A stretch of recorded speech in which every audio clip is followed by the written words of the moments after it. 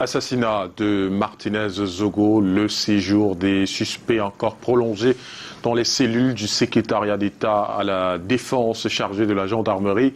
Tous y ont été renvoyés à 2 heures dans la nuit de jeudi à vendredi après le passage devant le commissaire du gouvernement au tribunal militaire de Yaoundé.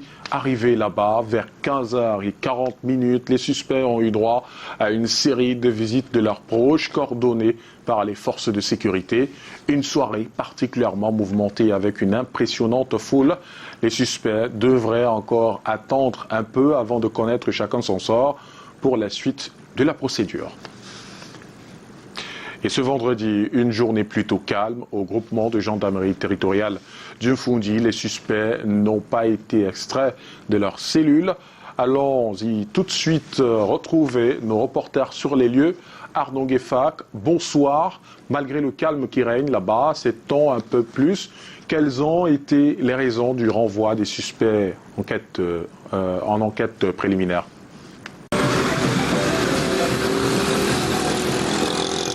Bonsoir. La question était restée sans réponse après la décision du commissaire du gouvernement.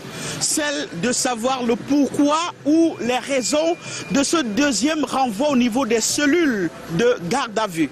Certains avocats au sorti de là nous ont dit de façon imprécise qu'il était question pour les suspects de retourner ici au secrétariat d'État à la défense chargée de la gendarmerie, justement le temps que l'on règle un problème juridique.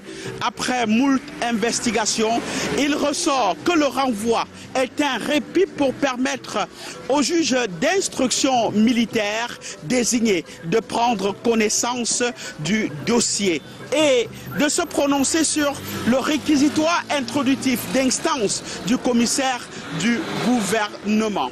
Aussi, la récusation du juge militaire initiée par certains avocats doit être examinée.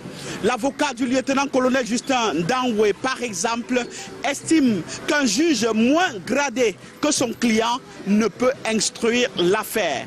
Il y aurait un déjà mis exceptionnellement à disposition du tribunal militaire par le ministre délégué chargé de la défense, sauf qu'il y a absolument, nous renseignons nécessité d'un décret présidentiel pour asseoir la légalité et la légitimité de ce juge-là.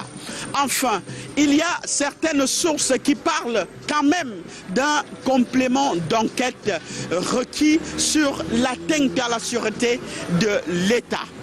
Nous restons vifs et attentifs pour vous informer pour la suite. Arnaud Gueffac, Joël Diom 3 et Narcisse Enama.